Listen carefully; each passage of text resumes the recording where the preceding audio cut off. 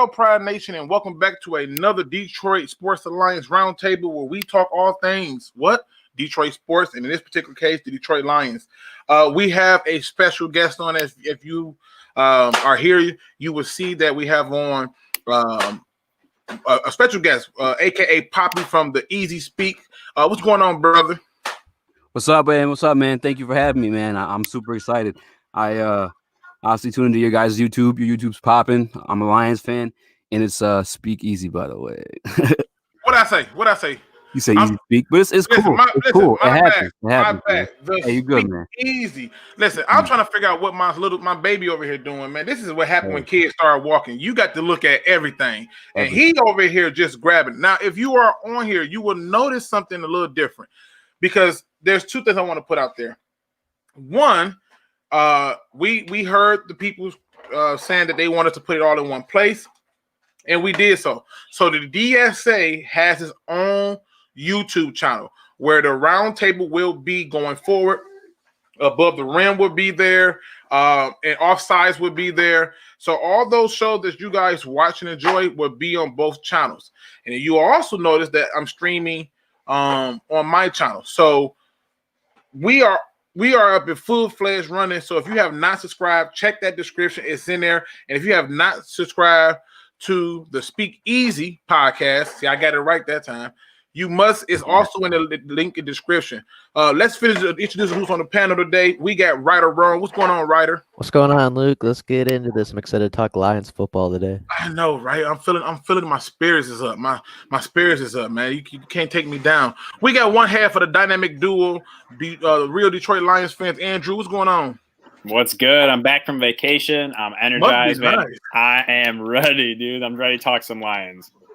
Then we have the other half of that dynamic duo, Real. What's going on, Real? What up, everybody, man? We're going to have some fun today. I feel the fire within me today, so don't get me started on anything. Let me go ahead and get my extinguisher ready. No, but go ahead, man. All right, and then we have the heart of the city, 313 J-Mo. What up, though, J-Mo? J-Mo? Man, what's good? J-Mo, what's good? It's been crazy. It's been crazy out there, man. So I'm ready. Listen, we gotta watch J-Mo, man. J-Mo is in full-fledged basketball mode. Y'all don't understand. Basketball is back. He feeling himself. He feeling good about basketball. So he's gonna be a little off. Listen, we're gonna get right into this. And to me, I was going to start the show off with something a little bit different, but I'm gonna start off with the Stafford positive test and the experience that his wife had. So here's my question: with the false positive that Stafford had and the experience that his wife had, do you think Matthew Stafford opts out of this season now? We start this off with you, Poppy. Pause. I had to unmute myself. So you're talking about as far as like his wife being sick, having all the brain surgeries and stuff like that? No. So here's what she said happened. Kelly Stafford said that she had never been so disgusted in her life, and that she had to experience something that didn't make sense to her. Like once the word had got out that Matthew Stafford had tested positive for COVID-19, apparently the school that her kids go to, they were told don't come back. She was out, I think, grocery shopping or something like that. And people were getting at her because they felt like, you know, your husband is positive and you out here around us. What is wrong with you? And she's like, but he's not. Like, he's not. So my question is, given her experience, do you think that, you know, Stafford would look at it and be like, F it and opt out? Nah, man, that man makes way too much money. You got to think about it, man. You gonna say, how much is he at a year? 25 million a year? I think he up to like 27 right now, I think. Let me ask you, are you opting out $27 million? I mean, for the family, I'll leave a lot of things on the table for the family, including my life, you know. So, you know, asking me is a little bit different. And the way I see it is like this. To me, I can see him opting out realistically. And the reason I can see him opting out is because, think about it. If my family is going to be harassed by fans off of this, and it was a false positive. They didn't even have time to retract the fact that it said positive. It was a false positive. I would be like, you know what? We'll just stay home for real. And I probably would look at it a little bit different. So that's why I asked that question. What are your thoughts on that, Ryder? I mean, what happened is really, really bad, but I feel like if Matthew Stafford sits out, like, she's just going to get more. Like, people are just going to harass them even more. You know, why aren't you playing? Why aren't you playing? You're giving up on the Lions, you know, yada, yada, yada. Like, I just feel like at this point, if he opts out, like, it's only going to get worse. Yeah, see, to me, I keep trying to tell the fan base, y'all got to watch what y'all say, because it affects the people who are here. And it's not like if you go to Ohio, which we know they don't got no professional football team, but if you go to Ohio, hell, at least you can go to Cedar Point. You know what I'm saying? Like, you come to Michigan, you better be an outdoorsy person, or you ain't gonna enjoy this state like that. You know, you better be willing to do some good fishing, do some good hunting. Then you'll love Michigan. But if you ain't that guy, and most of those players are not, it's like, I mean, I'm here for this. No, I don't think it's gonna work. What are your thoughts on this, J-Mo?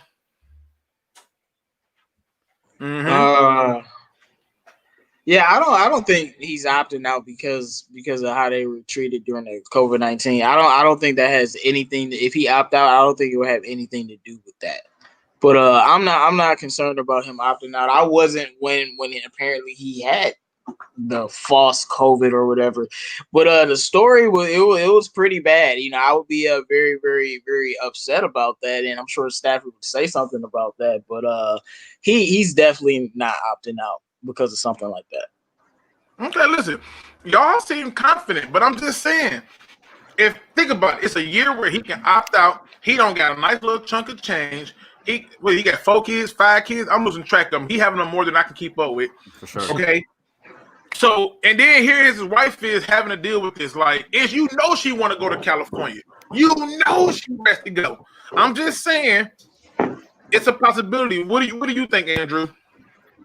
Yeah, I mean, the more people harass, Staffords and just everything that's going on, it's going to piss them off. I literally just saw something on Twitter like 2 seconds ago was Kelly Stafford posting that she's just pissed. This was 8 hours ago. She posted that she was beyond pissed 8 hours ago.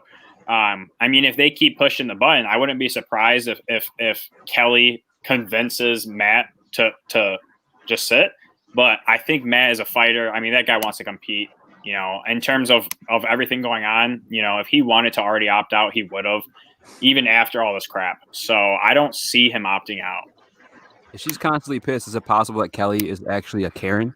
That's an interesting question. Very interesting question. Real, what are your thoughts on it, man? You think Stafford might take that opt-out road after this little experience that they went through? All right, I have a lot to say because I don't know.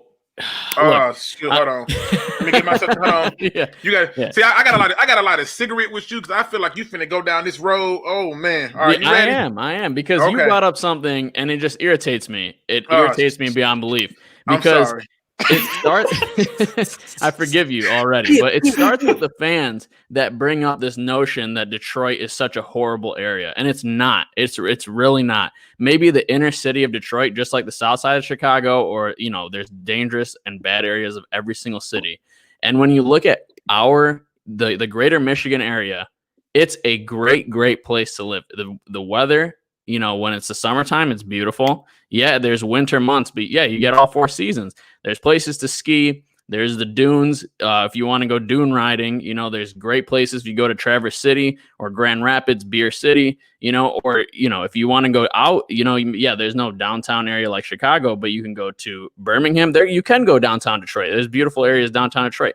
There's a lot of reasons why Michigan is a great place to live and for athletes. Like I've met Stafford multiple times, and I just, from firsthand experience, I know that he loves the city, and I know that he loves the people too. So even though these interactions that he has with some fans, you're going to get that anywhere. And if you go on Twitter or anywhere like that, you understand that there are shitty people anywhere you go. And so like, I'm sure fans of every fan base is talking about the same stuff. There's toxic fans in every single fandom. So I'm not with this belief that Detroit has worse fans than other people. Like, we're not Philly. We're not, So No, and I don't believe that we're a shitty state to live in like Ohio. Ohio has nothing. If you want to go to Cedar Point, Detroit's like 2.5 hours from Cedar Point. If you want to go to Traverse City, if you want any of the Great Lakes, you want any of that, that's all in Michigan. Like, Michigan's a beautiful place to live, and I know that he loves it, and I know that he is such a competitor that even thinking about opting out of the season, especially after he missed half a season, after going so long starting every game and not missing a game, and then to miss half the season, I know that he was already hungry as hell just from that. And now we're talking about him possibly opting out another season. I think he'll go crazy. I mean, he has like 5 girls at home. Like, what is he going to do at home? Are you kidding me? If he had COVID, I think he still would have opted out of the season. Good point. Good point. Real. Let's go. Real. Let's go. Yeah, no, I 100% he would never. I don't think that he'll opt out no matter what. Well, listen, let me just kind of piggyback off of that.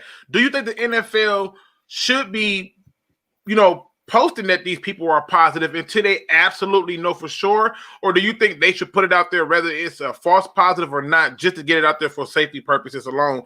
We'll start off with you, J Mo. What do you think? I'm glad you started off with me because this is what I've been having. How many times do I have to say this till I sound like a broken record? The NFL had this whole COVID situation. They've done it all wrong, including releasing these tests early.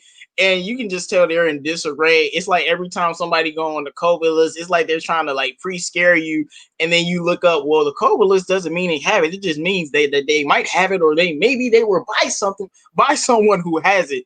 And I just don't like how they're doing this. And I think a lot of the players are upset because, like, you have Isaac Nauta was on the list and we might have thought he had it, and now he's off and he doesn't have it. Same thing with Justin Coleman. They told us Justin Coleman had it and Matthew Stafford had it, and all of these false negatives and positives. I just don't think it's a good look for the NFL at all, because it continues to lead me to believe they're very disorganized in this situation and they don't really know what they're doing, and they're just handling everything just all wrong. It's like the more time passes, the worse they get at handling this. Okay, I mean, listen, to me, I think I asked questions about the HIPAA rule. I'm like, how is this not considered a HIPAA thing? Like, he positive. I mean, how in the hell, like, then to come back and be like, oh, it was false. Like, what the hell? Don't you announce nothing that you know for sure? Like, you're creating chaos for people, and I find it absurd. What do you think, Poppy? I feel the same way. That's the first thing I thought, the HIPAA, but then I was thinking, okay, they do let you know of injuries, but this isn't an injury. I don't think they should make this public information either. It's a virus, not an injury. It's not like, they let you know freaking Matthew Stafford has herpes, you know what I'm saying? Like, because it's a virus. Like, keep this shit on the low. It's COVID, you know what I'm saying? Like, for real, I'm not gonna let that one slide. They don't tell you every kind of virus these guys have. So, like, especially if it's affecting their personal life, like now their kids literally are kicked out of school. You know what I'm saying? That's not right. That's not fair. I don't think they should be making it public. And I agree that it is kind of mishandled, but I also understand the situation. That's like, what do you do with this COVID situation? It is a big question, and everyone is dealing with it for the first time. So, I mean, I expect a lot of mistakes to be made, but hopefully they learn from them. Like, hopefully they change this too. I don't think that should be public information if someone has a virus. I agree. It's just weird. It's weird. Like, I remember when Magic Johnson announced that he had HIV, or was it AIDS? I forget. I draw a blank. But I remember he announced it, that he had this ailment. You had players refusing to play. Like y'all, I don't even want to be in the same locker room with dude. And I'm like, what the hell? Like, to me, there are some things that should not be there. I understand them saying forget the HIPAA rule, I guess, if it's a public safety thing. But like, if that was average Joe Blow, are you telling people who has it? No. So I don't get it. What do you think about this, Writer? I mean, if they're going to announce it, they need to at least wait, because Stafford tested negative 2 days in a row, had a false negative, and then had a false positive, and then tested negative like 3 or 4 more days in a row. Like, it was like they were so excited to report on something football finally that they jumped the gun and they freaked Lions fans out. They freaked everybody out. And then a couple days later, actually it was a false negative. Like, if they're going to report it, they have to at least wait for him to test positive like twice or 3 times. They have to make sure he actually has it before, one, they announce it to the whole world and everybody freaks out, and two, it affects, their personal lives. So, I don't even think it should be made public, but if it is going to be made public, they need to make sure that it's at least true. Yeah,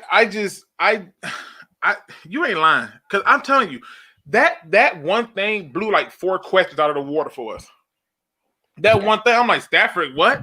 He got it. I'm like, oh, come on, like, and it really made it in such a way where you had to look at it and be like, what is really going on? But what do you think, Real? I mean, should the NFL be releasing this at all, or they should be 100% sure before teams or anybody within that organization say anything? So was it the league or the team that announced it, or was this leaked by like a media source? No, everybody kind of announced No, actually, everybody announced it. There's a COVID-19 injury reserve list.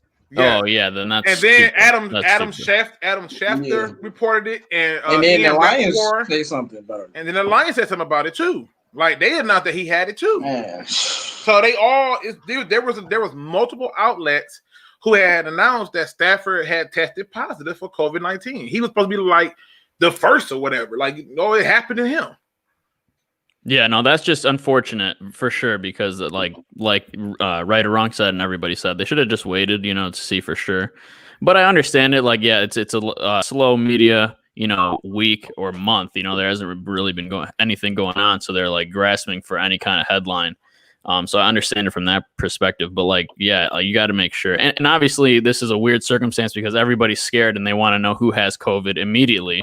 So you don't want to be the news source that's behind when everybody else already posted it. So I get it, but it's just like, that's just a media problem. I think that's a whole issue. That's a whole media problem because, there's a, premium for the media outlets to get everything out fast and not accurate. So there's nothing really to report. It's crazy. What say you, Andrew? What are your thoughts on this? Yeah, so I see a comment from Old Timer Dave saying, the NFLPA agreed to this. So, I forgot that. Yeah, they did. They did. So yeah. So at first, all the players are speaking out. They're like, "I'm not gonna play until the NFL gets their shit together." And then agreed to what though? I don't know. They agreed to how things are being handled. That's exactly what they agreed to. Yes. That is literally exactly what they agreed to. The NFL, it was like, this is our plan. The PA is like, all right, that sounds good with us. And now we're here. And I think it's ridiculous because for me, like you said, Luke, HIPAA, how are you releasing this information? Unless all these guys sign waivers saying, yeah, I agreed for you to post this to the friggin' general public that I have COVID or I tested positive or whatever, because like RoundTable said, they should not jump on it. Oh, as soon as the test comes back, it read positive, you're on the COVID list. Can you please, for the love of God, test again? Because everyone knows that there's a lot of false positives out there. That's the problem with the test, is that it's not that accurate. Along with that, I think the whole system is flawed to begin with, because you're allowing these players to go to practice every single day and then go home. Same thing with the coaches, same thing with all the staff. And they're getting exposed to their families who are going out into the public and doing shopping and going to gas stations and going to work and whatever it is. And there's not that disconnect. So I think what they should do is just have it as, this is a training camp. We're going to rent out a hotel. Everyone have their own damn room. The only people in this hotel are Lions personnel, players, staff, coaching, the chefs, whatever it is. And that's it.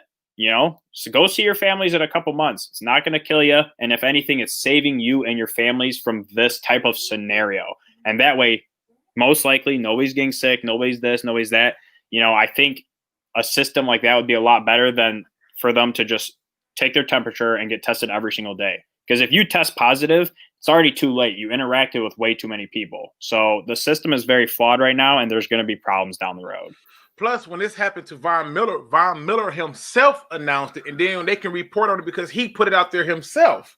But Stafford didn't say this. like it didn't come from a Stafford camp. Like, who thought that this was cool? And that's the thing that's crazy about it. Now, if you are here, you would notice that says Detroit.Sports.Alliance, right? And it says, make sure you all hit that like button. That is the official Detroit.Sports.Alliance channel. That's where you're going to get all your roundtables. That's where you're going to get your above the rim, your offsides, all of our live shows that we do for hockey, basketball, and football will now be on the Detroit.Sports.Alliance. No more having to figure out who channel it's going to be on. It's going to be here, hands down. And today we're streaming from for both the Detroit.Sports.Alliance channel and the Field Review channel. So that way we don't miss anybody. So FYI, make sure you go in and hit that like and subscribe button. It is in the description. Also, make sure you check out the SpeakEZ Podcast. His channel is also linked in the description.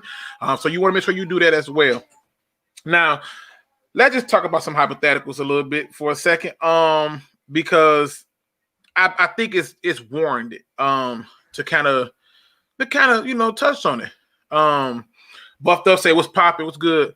And Curtis still said the Saints have a voluntary bubble. We got kind of a voluntary bubble, but not necessarily. So that's how it should be. I'm gonna make sure I don't miss nobody comments really quick. When I have heard Stafford was out, I said, there goes our season. Do you actually have confidence in our backups? We better. They got that man $3 million. $3 million to do what? The same numbers he got David Blau got. So I'm just hey, $6 million to one receiver, you can for 600 yards. Hey. All right, Real, this is your cue. Get me started. So listen, let's go to this next question really quick. So if Stafford cannot play this season for any reason, I don't care what the reason is, pray to God it's not COVID related or injury, but let's just say he's not playing this season. If that happened, should the Lions just scrap everything now, say forget it, don't worry about it, burn it up, start over, get a new head coach, get a new GM, and begin to rebuild? What say you, Real? Hell no. What? Dude, wait, what? Okay, if Stafford has COVID, all right. If he's not playing, if Stafford is not playing, for whatever reason, he doesn't play this season, should the Lions figure and just say, you know what, he ain't playing nowhere, we might as well just start this thing over right now and move on? Look, I think it's the same exact plan as last year. You tank the season, okay? Wow. And then we yeah, that's 100% the plan. Because what are you going to win? Look, this franchise has proven time and time again, you cannot, at least how, this team has been built, you can't win without Stafford there. We don't have the guys that can do what he does as a backup, because there's only a few people in the league that can do what he does. So I don't think that there's any way that we're going to make a relevant push in the playoffs without him. So what's honestly, like, just thinking pragmatically, what's the point? What's the point of fighting so hard for a playoff spot when you know you're not going to go anywhere or do anything? I just don't think. Look, we have not shown that we can win based off our run game and our defense. We have never shown that in years, it probably since I've been alive. So there's no reason not to tank and get the best possible guy in the draft and reload for next year. We have a lot of guys on the books for next year. We need receivers, but that's about it, So that'd be great. I think we could reload on our continue to add to the defense that we currently reloaded on this past year. Reload our wide receivers, and we already have the tight ends, right? We have like 1 million tight ends. We have the running backs. What else do you need? Listen, I know your name is Real, but you can't be for real right now. I mean, are you talking about tanking the season? I don't. This idea of just like the NBA. It's not like we're going to tank and get one person who's going to elevate us to the next level. There have been great players to come out and have done things, but who's going to elevate them to the next level? I mean, seriously. Now, who did I know a guy. Oh, here we go. Hey, man, it's the guy you've been talking about, man. Look. J-Mo. They gonna tank. They gonna take on purpose. We gonna get Jamar Chase, and it's gonna be over. Like, I'm trying to tell you, bro. Listen, if they take a receiver at the tank, I'm gonna lose my mind. That's exactly what they gonna do. No, I'm going to. I'll be a Browns fan before I'll be a Lions fan. Bruh, listen, that's exactly what they gonna do. I think Jamar Chase is a beast, but if they tank to take Jamar Chase, yeah, hell no, bruh, set the whole world on fire with this one, man. Seriously, but J-Bo, what say you? If for some reason Stafford don't play this season, or he gets hurt, or whatever the case may be, should the Lions scrap this and just say start over right now? Why wait until a whole nother year?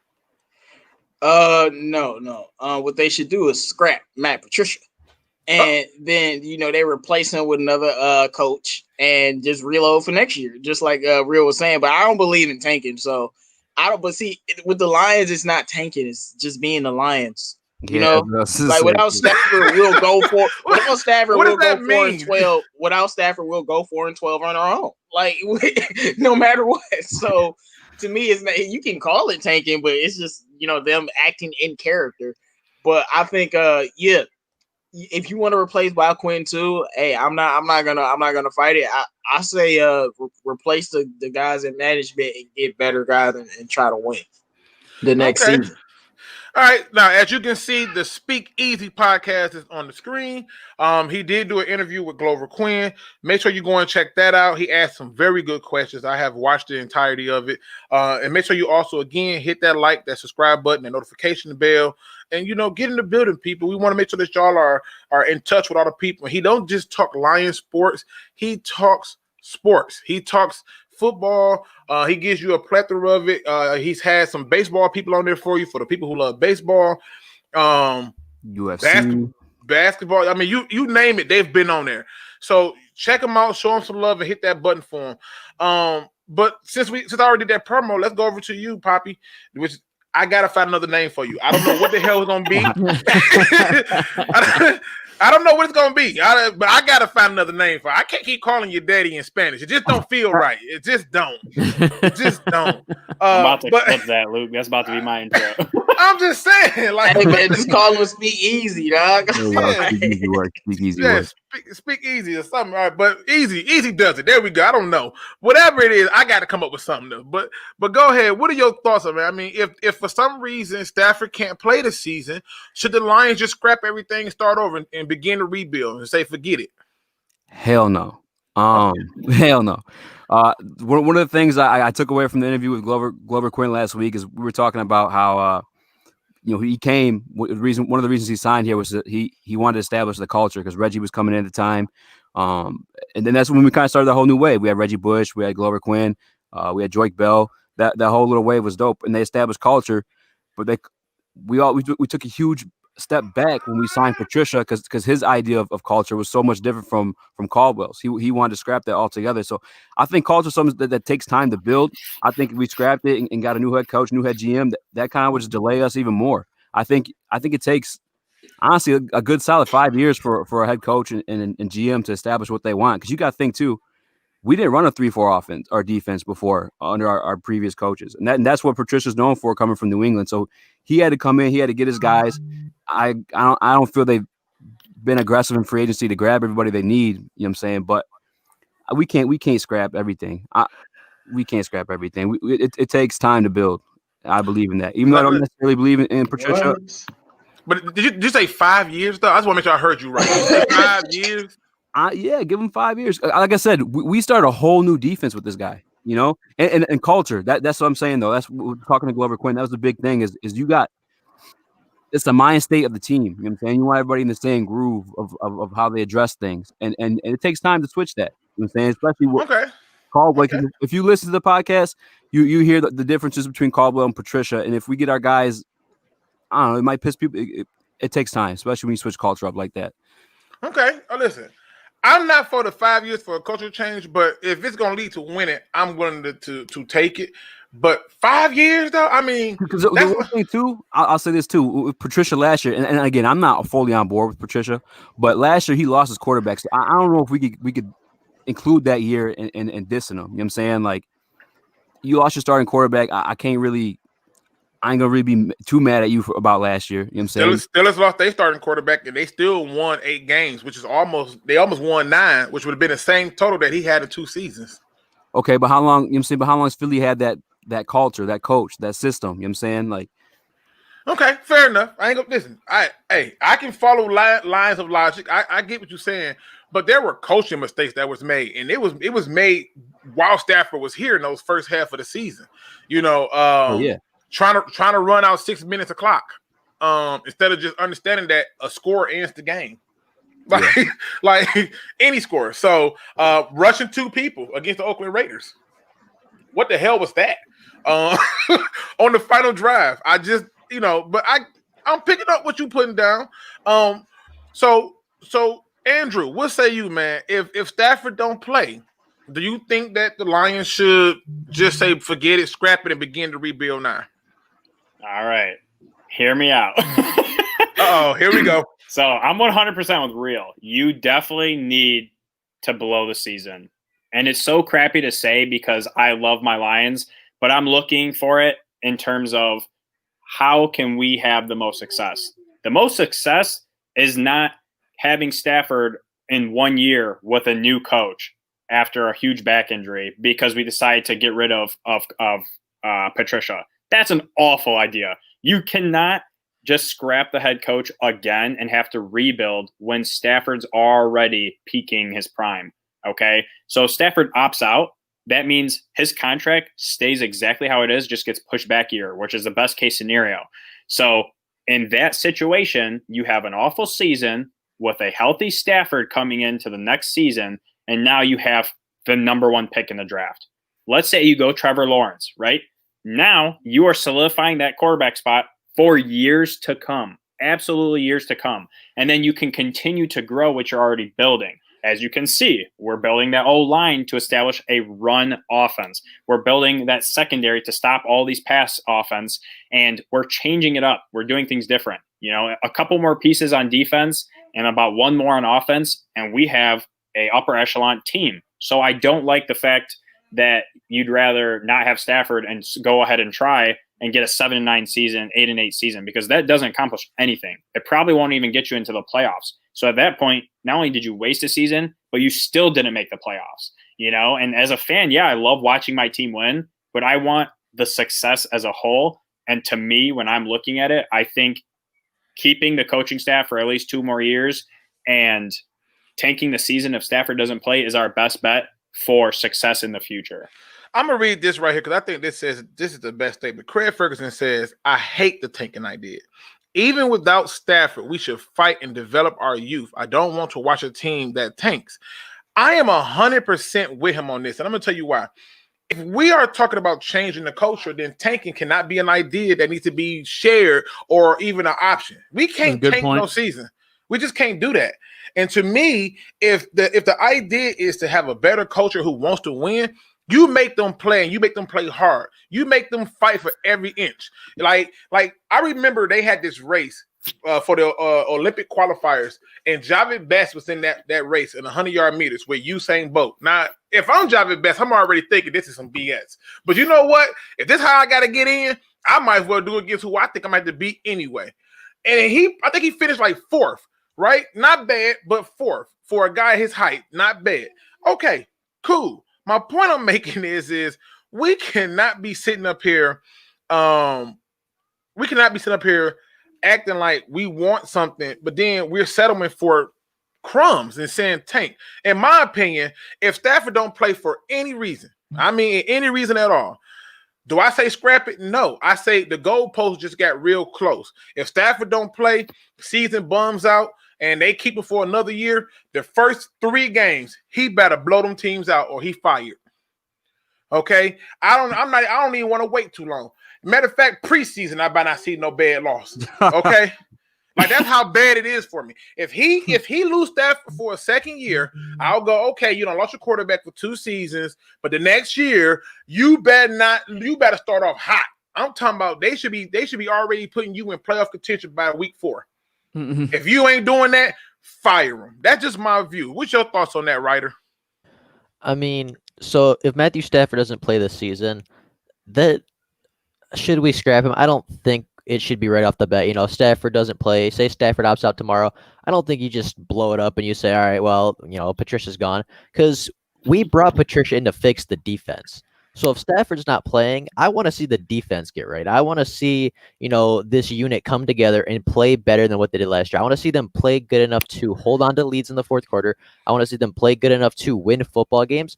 And, even if we don't win a lot of games, even if we win 3 or 4 games and we don't get that top pick, you're still developing the defense. You're still, getting your players right. You're still teaching them the system. So I think if Matt Patricia can show that the defense is improving, then I think he's doing his job. Because when Matthew Stafford comes back, if you put Matthew Stafford on the field with Darrell Bevell at OC, like your team's going to score some points.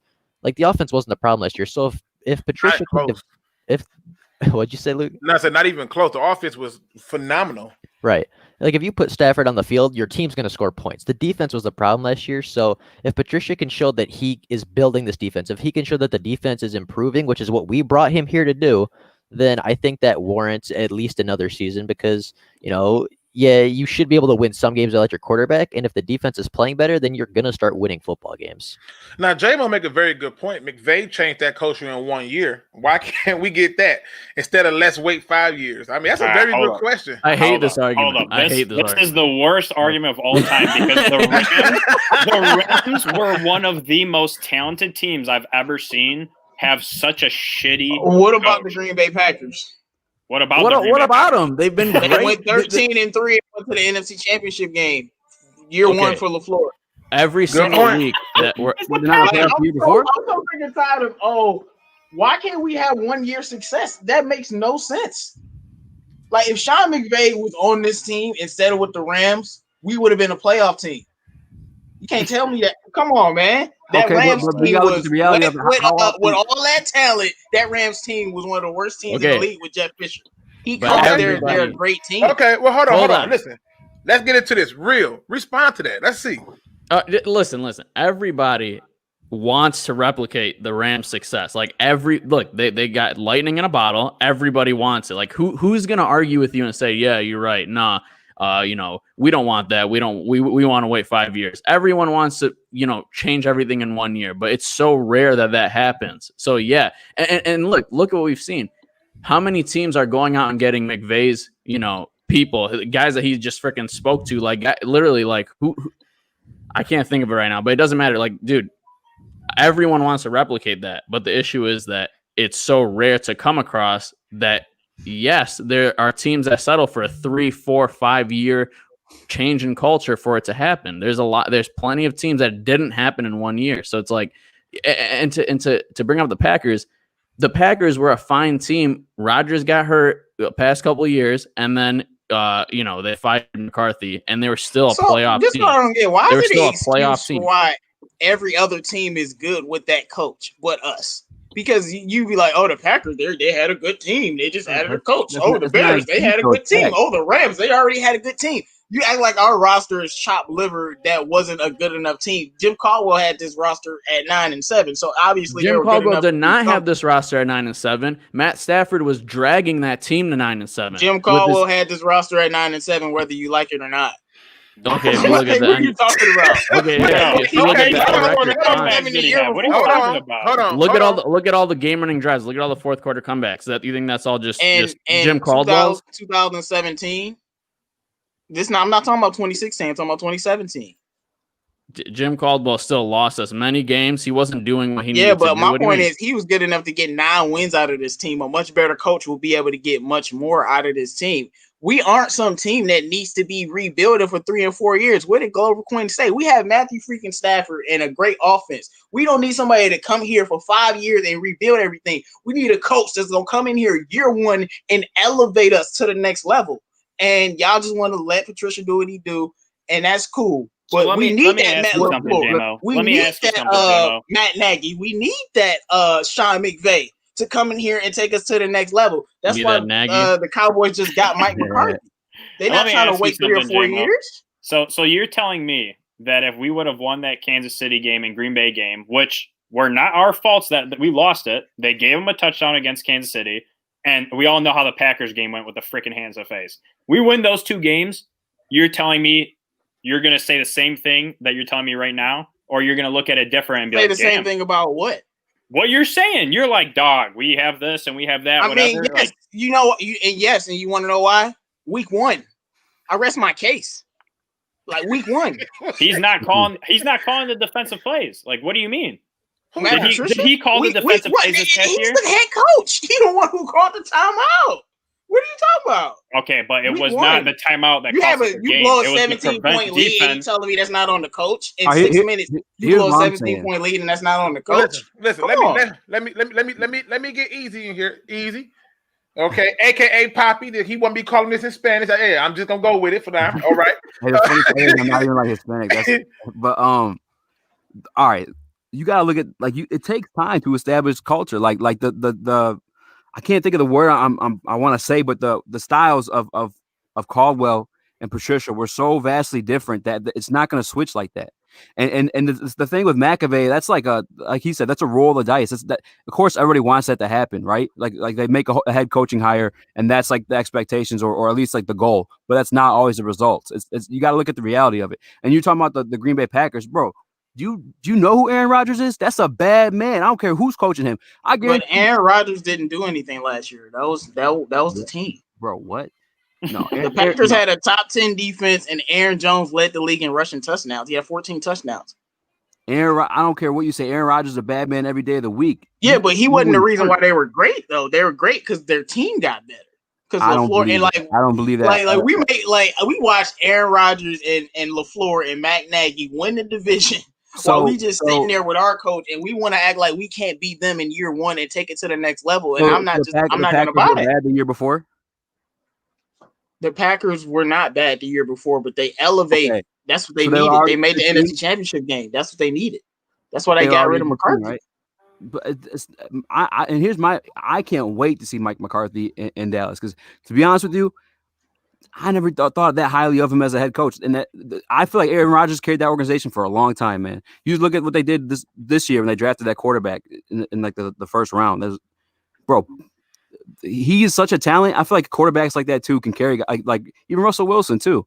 He never really had that much talent around him. A great quarterback makes up for a lot of mistakes, and I think Aaron Rodgers does that for the Green Bay Packers. But what does that have to do with us? Matthew Stafford does that. We went 0-8. We don't have Aaron Rodgers. We went 0-8 without Matthew Stafford. When the Packers lost Aaron Rodgers, did they go 0-8? They lost like every single game, J-Mo. What are you talking about? They did end up winning the game. They won like one. Won the game, but they it's won like more than one zero, game. ain't it? There's multiple. It's more than zero, ain't it? Somebody pull up the stats. It's more than zero, ain't it? That's all I'm saying. We can't act like Stafford didn't just literally prove his value to this franchise. Okay, listen. Let me jump on in here as the moderator of this. Listen, I let it happen because I enjoy this stuff. I love when people have these differences of views and they can support it and go back and forth. It's awesome. But I think to kind of bring it all in, all J-Mo is saying is when other teams like the Rams, like the Packers, who went from like worst to first in one season. Well, the Packers record from that last season that they got. They had 10 wins, right? They had 10 wins, and then they improved to 13 wins. I mean, okay, but why are you naming why? I don't understand why. You're naming the Bears too. The Bears too. What were they last year? What are you talking about? I'm talking about before they went 12-4. No. What I'm saying is this. So so they had one good year because they got in Khalil Mack, and then they suffered the casualties because they didn't have any first-round picks, so they couldn't accumulate any capital after that.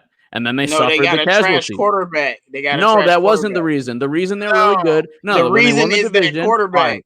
No, hold on. When they won the division, they were the healthiest team in the whole league. They were not that the next year, and it reflected in their record. Quarterback. They had the same quarterback the year before. What are you talking about, bro? Give me another example of a McVay situation. If their quarterback was better, they would have won more games. How'd they win them the year before? But no, because that team carried them.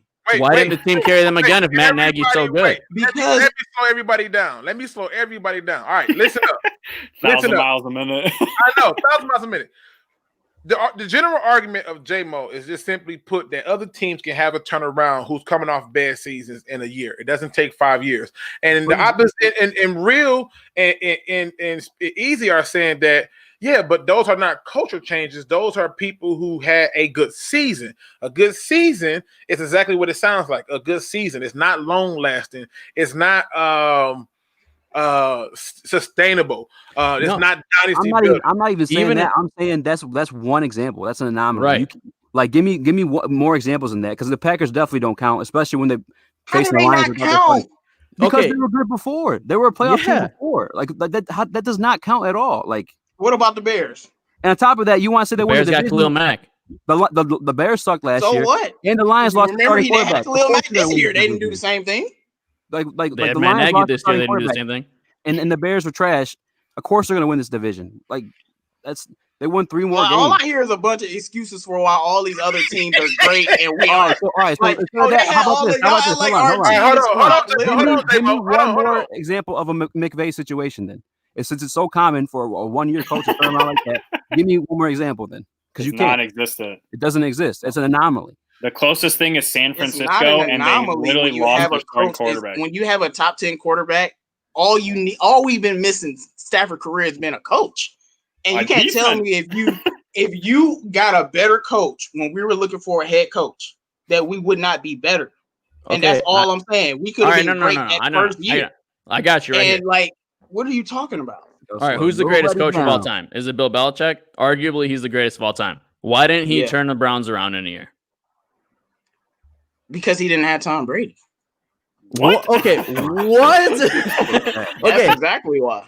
Okay, so you're saying Jared Goff is like Tom Brady because you're equating that to Sean McVay, right? Jared Goff can't read defenses, and his coach literally has to call all the plays for him. And listen, to be honest with you, in the case of Bill Belichick, you gotta keep in mind, Bill Belichick. Why did he win 11 games with Matt Castle? Hold on. Bill Belichick was a guy who first coaching experience with the Browns was with an organization who literally was trying to have them call the shots while he was trying to get his feet wet as a head coach. It's one of the reasons why he left. When he went to New England, the Crafts was like, "What you need to do to win?" And they gave him the keys and told him take the yacht for a stroll. And it wasn't like that in Cleveland. So I think those are different scenarios. But to move the conversation along, because I would love to hear this whole debate. I think we need to set this up for another date for a straight debate. This would be entertaining as all get out. I'm going to move this a little bit along. And hold on. Why didn't Tom Coughlin turn the Giants around in 1 year? How come he took four or 5 years? But y'all got to understand. I'm not saying Hold on. We moving on. We moving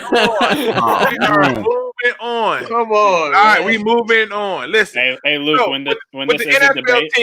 With the NFL teams getting some of their cap back for the players opting out this season, right? This is the question.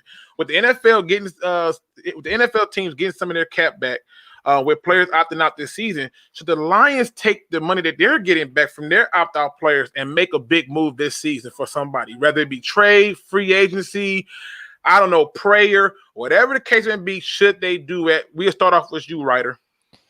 I mean, they're not getting a whole lot back. They're getting like $2 million from John Adkins, and they're getting whatever the guarantee is that they have to pay out for this season. They get that back.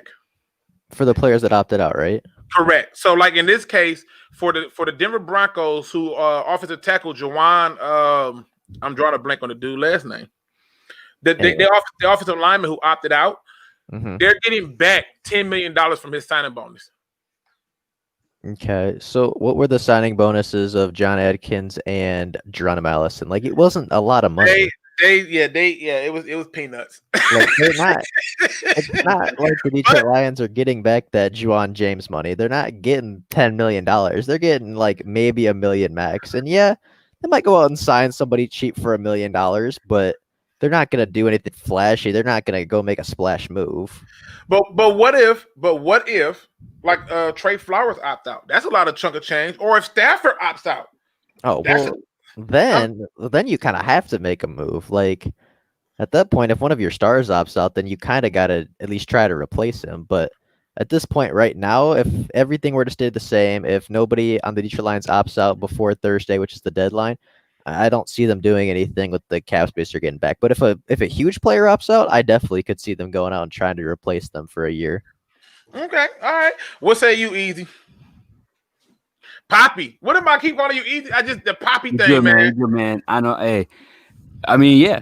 I mean, of course, if the cap space is there, you got to make a move. If Stafford's there, make a move. If he's not, and I'm not saying tank, but I'm just saying save your money for another free agent next year for bigger fish. Because we ain't winning nothing without Stafford anyway. Why did we sign Chase Daniel that contract, bro? Oh my god! I don't want to get into it, bro. I mean, listen, if Briscoe was young and you could groom him, I don't even want to. Yeah, look, $3 million. Yeah, if it's Stafford, I mean, you have to do something because that's an absurd amount of money. And Patricia's a defensive guy. Isn't Clowney still out there? I think Clowney's still out there, right? Clowney's still out there, but I don't think he will fit with what we're doing. Because if you bring Clowney here, you're gonna have to stand him up. And Clowney as a stand-up, rush outside linebacker, even in Houston with JJ Watts was not the same beast as he was in the 4-3. It's just night and day. Those two players, night and day. Kyle Van Noy in the 4-3, we thought he was a bust. Put him in a 3-4, lights out. It's just the reality of it. And to me, if you bring in Jadeveon Clowney, you got to stand him up. And I don't think you're going to get the most out of him if you do that. And that's a part of the thing, too, I said about the culture change. I think Patricia's moving towards that, too, that 3-4 defense. Because that's what they ran in New England, correct? Yeah, New England Rams, they run a 3-4, but theirs is kind of a hybrid defense. Because I've seen New England come out in a 4-3. I've seen them come out and 2. I'm drawing a blank. Even if we sign them, though, it gives us that versatility to do something like that, to approach the defensive side like New England. That's the one thing I do love about the New England Patriots. Every team has an identity where you can kind of say, okay, every week the Falcons are pass heavy. They have Julio Jones or every team has an identity. With the New England, bro, they're chameleon, bro. They different every single week, and I think that's part of what makes them so great. But yes, if Stafford opts out, you have to use that, lock somebody up for a long time. Right now, though, we don't like he said. I mean, we don't have much to play with anyway, and I don't really know who's out there for real. Okay, listen. I can't kill you on that, Andrew. What do you think? I mean, do you think like if we start to get some people who come off these books significantly, and we getting that money back, do you think they should make like a big splash move? I know we talked about this last week that we didn't have any real big power moves. Should they do that if we get some of this money back on somebody opting out? Yeah, I mean, as long as that person is not Stafford, like SpeakEZ said, if Stafford's playing, that's all you need on offense. The guy's going to put up points. Go ahead and make those splashes on defense. Bring in Everson Griffin, Marcus Golden. Boom, you have a DN and you have a linebacker. That front seven is significantly better. We already have the cap space to make moves. So regardless of if people opt out or not, we have money. I want to see a splash move because that front seven, you can never have a good enough front seven. And I think our secondary is very, very talented. So I would like them to have a little bit less pressure when they're guarding, So I think you got to go ahead and spend some of that cash. Don't hold on to it. It's not Monopoly, okay? It's not Monopoly. All right, go spend some of that money. Listen. I would disagree. I don't want them making no big moves. No, I want nothing going down this year. I'm being honest. And the reason I don't want that is because if those people opt out and you telling me that money comes off the book and then you still got them for a year afterwards, then that means that now when you make that big splash, those people money gonna come into play the next year, and boom, now we got all type of cap issues. I would rather them play it safe. If you're talking about bringing somebody in at certain positions at a low cost, cool. But to make a big splash move where it's a trade or something like that, and then I got to pay them top dollar, then turn around and still pay Kenny Galladay. We can't forget that, people. We have to pay Kenny Galladay. We're trying to figure out, are we going to give Kerryon some more time to figure out if we want to pay him further? These are the things that we're looking at down the road. And then you still got people on the roster who you got to try to figure out if, what you want to do with. I just don't feel like it makes sense for them to spend that money before then. Now you can call me funky, says Luke. We did have Kennard on the line a lot, so maybe he can play that role. Yeah, he could, but I've seen him in Houston because I was big in watching Houston's defense, trying to figure out what they were doing, and I'm telling you, he sucked because at some point, like Kennard you dropped him in coverage and he had to cover people. Clowney is not good in coverage at all. Like, it's not even close. Like, so to me, it just wouldn't be worth it. But J-Mo, what say you? Do you think that the Lions should take some of this money, okay, that if somebody decided to opt out big, I don't care, Danny Shelton, or whatever. Do you think they should take that money and try to make a power move? Like this is what you've been wanting. You think they should do that? Well, I mean, I think it depends on who opts out. Because, like, if it's like say if it's Danny Shelton, like I could care less. Yeah, I'll spend the money. But if it's Stafford or if it's any of our like top 10 players, I'm not gonna like spend that money, and I'm gonna just run with what we have. Because, like you said about the cap situation, to me, if we're not gonna have all our guys, that's kind of like the opposite of going all in. You go all in when you have everybody. You don't go all in when you lose 5 people and you get one big shiny toy to try to replace all of them. That's not how I want it. I would rather the Lions, people not opt out and then we make that big move. But it depends on the player, because like if it's one of our best players on either side of the football, I don't think we should just spend that money, because that player will need to be paid, because it's not a lot of Lions under contract, because you got guys like Tracy Walker that's going to have to get paid eventually. If he opts out this year, we still probably going to need some money for him. So to me, it just depends on the player, because that's what matters the most. Yeah, it just makes me nervous. Like if I'm going to spend that money, and make a splash move, like let's say like something comes, like for example, I ain't gonna lie, if for some reason the Seattle Seahawks be like, yeah, we want to trade you Shaq Griffin, be like, what you want? A 5th. But y'all gonna have to re-sign him. Okay, so a guy who can cover, who can rush, I'll take it. Damn the one hand or not, he can play. I don't care.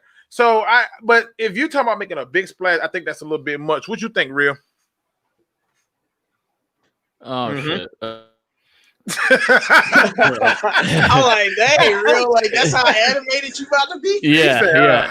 I just want to know, JMO, how come Tony Dungy didn't turn around Tampa Bay Buccaneers in 3 years? Oh my God, bro! You have to. Did Tony Dungy have a top 10 quarterback on the roster? If you can give us another example with Tom McVay, then all right, no. We're not. Y'all don't realize we got Matthew Stafford. That's why we're not in that situation. That's why. When you have a top 10 quarterback, you're not in a building mode. We got the 10th top 10 quarterback. Chill. No, he's higher than 10. Yeah, it's about Real. Get back on track. Right, Real. Look, I wouldn't spend the money. I really wouldn't. Like I said, this year, to me, I don't know. It just seems like a wash year because of all this COVID stuff. We're going to have players opt out. Like we talked about in previous roundtables, even if we win this year, there's an asterisk around it. Like if we won and let's say a bunch of players in our division opted out, everybody's going to give us crap like, oh, you didn't really win.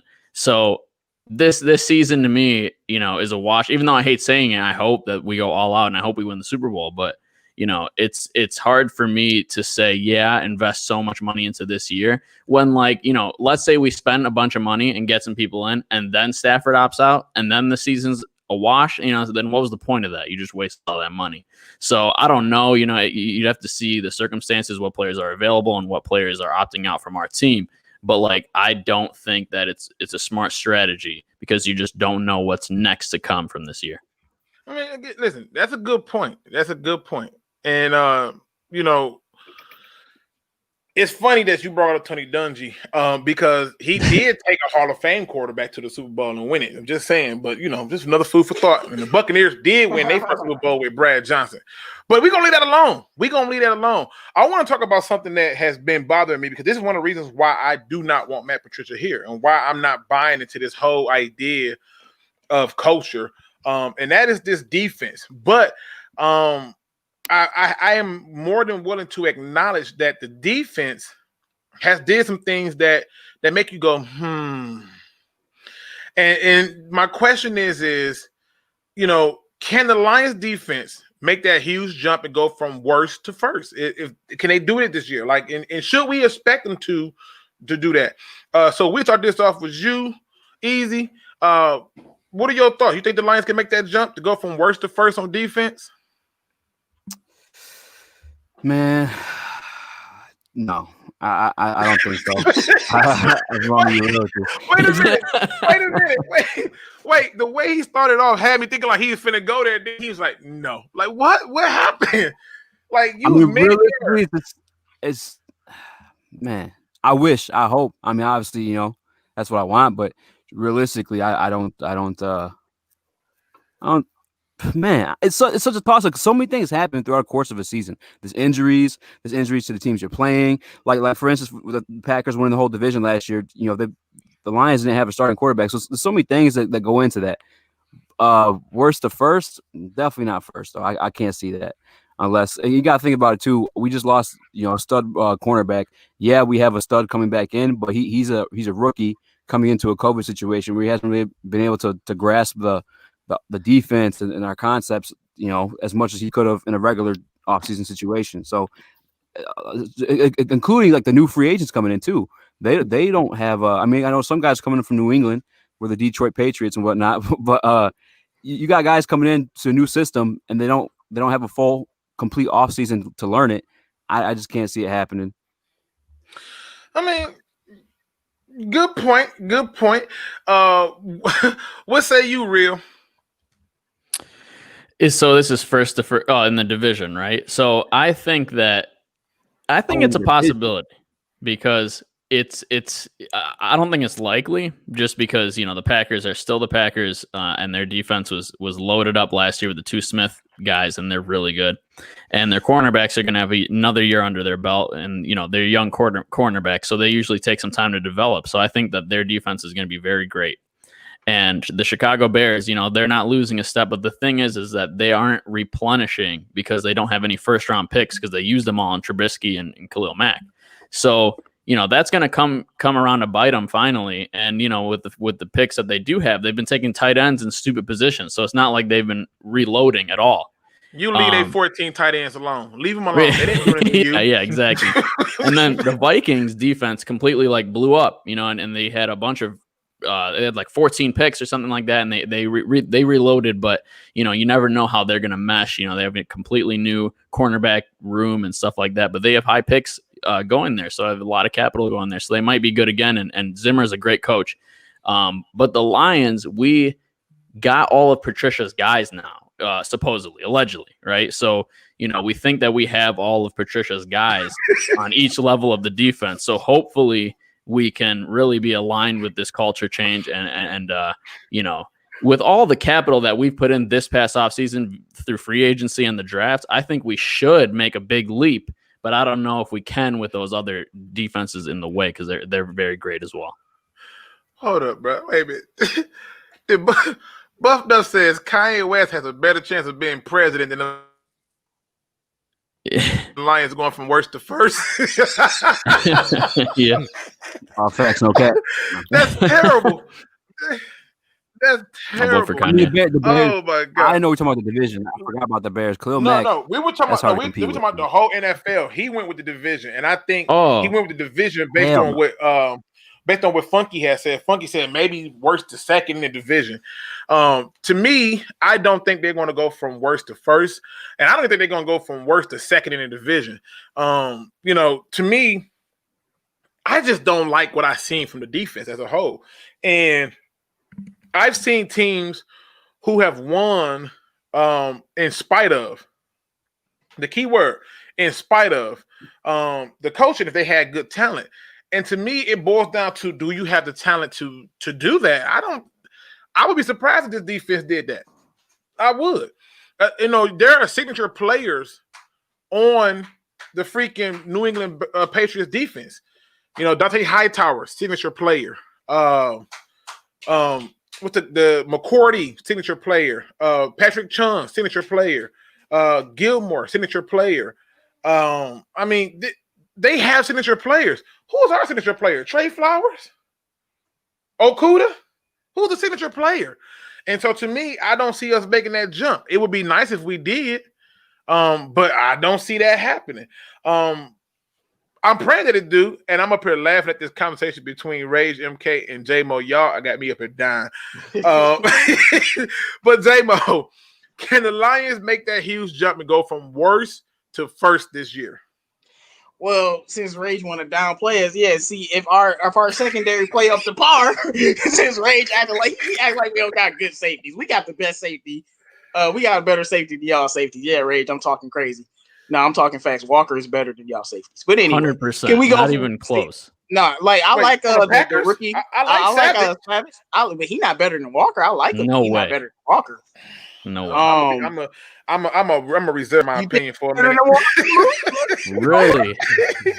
Listen, they got Adrian Amos, and they got Adrian Amos is trash. Ask Kenny Galladay about him. Kenny Galladay. Exactly. First of all, the cornerback Amos, bro. We're not worried about no Amos, man. Amos is garbage. He shouldn't be getting that close to the safety one-on-one anyway. So I'm just saying. All right, we got off track. I think Clinton Dix was better than Amos, and I'll be honest. And I don't even think Clinton Dix was that good. But anyway, can we go to worst from first on the defensive end? No. You crazy? Did we draft Isaiah Simmons? I don't think so. So I don't think it's gonna happen. Mainly because yeah, I know I snuck that in there. Mainly because that position that Isaiah Simmons is at, linebacker. I think if you want to be worst to first defense, you don't always have to have the linebackers, because we've seen the 49ers with such an overwhelming defensive line that they didn't need as good of linebackers. But most of the time, these top edge defenses like the Jacksonvilles of the past, Minnesota, Chicago, they all have great linebacking corps. And the reason why I don't think we can be number one is because I think our linebacking corps is lacking. Like I said, love Tavai. He's very solid. I think Collins will be solid. Jared Davis might even be solid. But solid ain't number one. We need a dog at that linebacker spot. And I don't know if we have it. Even though Okwara, he's an outside linebacker. He plays both positions. Maybe he can be the next Khalil Mack. Yes, that's what will have to happen if we're going to have Okwara would literally have to be like everything. I don't think it's happening though, because I don't think our linebackers are good enough. And I know people want to focus on D line, but I think the linebackers are a little bit worse than the D line at this point. Okay. Now listen, Rage over here hitting me up on Discord like, no, I need to be on here now. Muhammad, he said, don't bring Rage so you can talk that stupid stuff. Listen, Rage hilarious, bro. If y'all don't know who Rage MK is, Rage MK is a Packers fan, but he rocked with us, and it is a joy to have him. That dude's silly. He's also in our military service, so salute to him. Shout out to him. Muhammad says, guys, what's the discussion? It is literally scrolling on the bottom of the screen. Can the Lions defense make that huge jump from worst to first this year? So the topics are always going to be on the bottom, scrolling so you can see it, and it's there for you.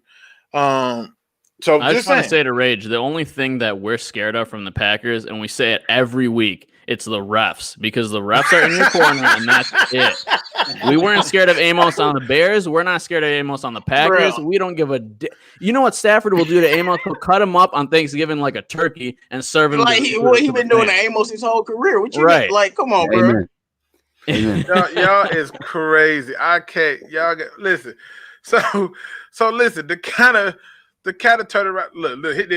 Here come Poppy coming here. Look, J-Mo, Allen Robinson, Ted Ginn, Adam Thielen, Justin Jefferson. Yeah, but I don't know what he meant by that though. Because Rage was saying that our rookie DBs is not going to do nothing. I'm like, Justin Jefferson is a rookie wide receiver, so I don't know what he's talking about.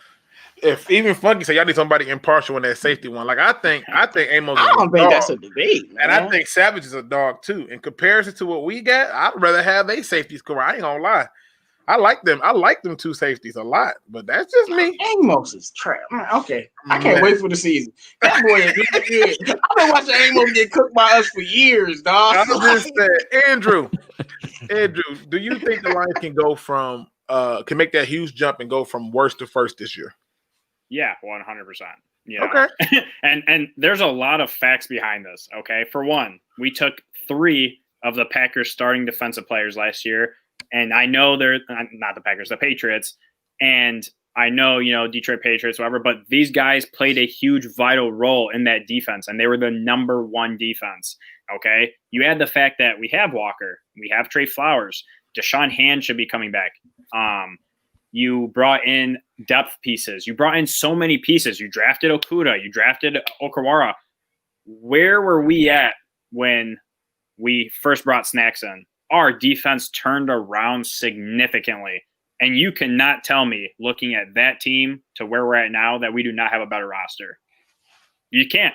You brought in a lot of pieces, and our team is a lot more well-rounded, okay? And we have health on our side, finally, for the love of God. I hope nothing happens because I'm so sick of our stars getting hurt. But you have so many pieces in play, and when we have a nose tackle that actually does his job well, our linebacker core plays significantly better. That's when we finally saw Davis actually play like a first-round pick. I freaking hate Davis because he has not shown me anything, but when he did play at his best, it was when Snacks was playing well. You brought in Jamie Collins. You brought in Arkwara. You have Deshaun Hand back, who played phenomenal his rookie year. You brought in Okudah and Trufant, which is a lot better secondary in terms of overall compared to when we just had Slay. And then Coleman can play in the slot where he excels in. So I don't see many holes, and I don't see a problem with us taking that jump as long as we stay healthy and as long as Danny Shellen does his job. I definitely think that our linebacker core can hold up, and I think we can take that jump. Can I ask you one question then? If you do think we can be that, you think it's going to be a collective effort? It's not because of some star player, because like all the defenses that end up number one, they are a collective effort, but they have that one guy that puts fear in your heart. Like the 49ers had like 3 of them. They put fear in your heart. But like, they always had it. Like even the Vikings, I mean, they put fear in your heart with all them players they had. So my question is, who is going to be that player or those 2 players? So some guys if we can be that for us, if that's what you think. Because that's what's going to have to happen. I was gonna say sometimes guys just become stars in those systems. You see it all the time. Where I mean, who was that cornerback that was in with the Washington team? Josh Norman. Yeah. You know what I'm saying? He looked like a stud in Carolina. You know what I'm saying? But got put in a different system. Not the same guy. Some guys become stars in those systems. But it's a little different though. Easy, like that's what I'm saying. Who's gonna be that guy? They had Luke Kuechly. They had Thomas Davis, and then the D line, man. I think they had like Charles Johnston. They had Julius Peppers. Man, they had some people over there. That defense was built. Was he not a star of that defense? You know what I'm saying? One of those stars of the defense. Luke Kuechly was. I'm about to say. It happens. It depends. You know what I'm saying? Guys become stars in the system. We even had who do we have that like left? There was a stud here. I'm trying to think of his name right now. Kyle Benoit. Kyle Benoit. Exactly. But Andrew, I was wondering who you think that's going to be. So J-Mo, look, it's going to be a collective bargain for the most part, but it's going to come down to Trey Flowers. Okay, Trey Flowers. If you look at his stats, even with the shitty D line he had around him, he still was beating those one-on-one situations more often than other defensive players. Even those 2-on-1 situations, he won more frequently than a lot of other guys. You add Danny Shellen into the mix, who played phenomenal last year. You add Deshaun Hand back, Nick Williams, Julian Okwara. That defensive line is leaps and bounds where we were last year because our whole team was freaking hurt. So I think Trey Flowers can take that role that you're talking about, but I also think everyone's going to play a part. You have Tracy Walker. I agree with you there, but like usually, like I said, Luke said, it's usually on those teams. It's that one guy you like, oh my gosh. It's usually one dude. I'm saying Trey Flowers, but let me tell you, if Danny Shellen has a good year, just look out. I'm telling you right now, look out. It's either going to be Flowers and maybe like Tracy Walker or something, like or Jamie Collins. Like Danny Shelton, I think he'll fill in his role, but I think Deshaun Hand would have more potential. But all right, that's interesting. All right, here's the thing. Ryder. Go ahead. Can I add just one thing to that? Like, I think it comes with success. Like when we were a team, and when we were having some success, like Glover Quin, he led the league in interceptions one year, right?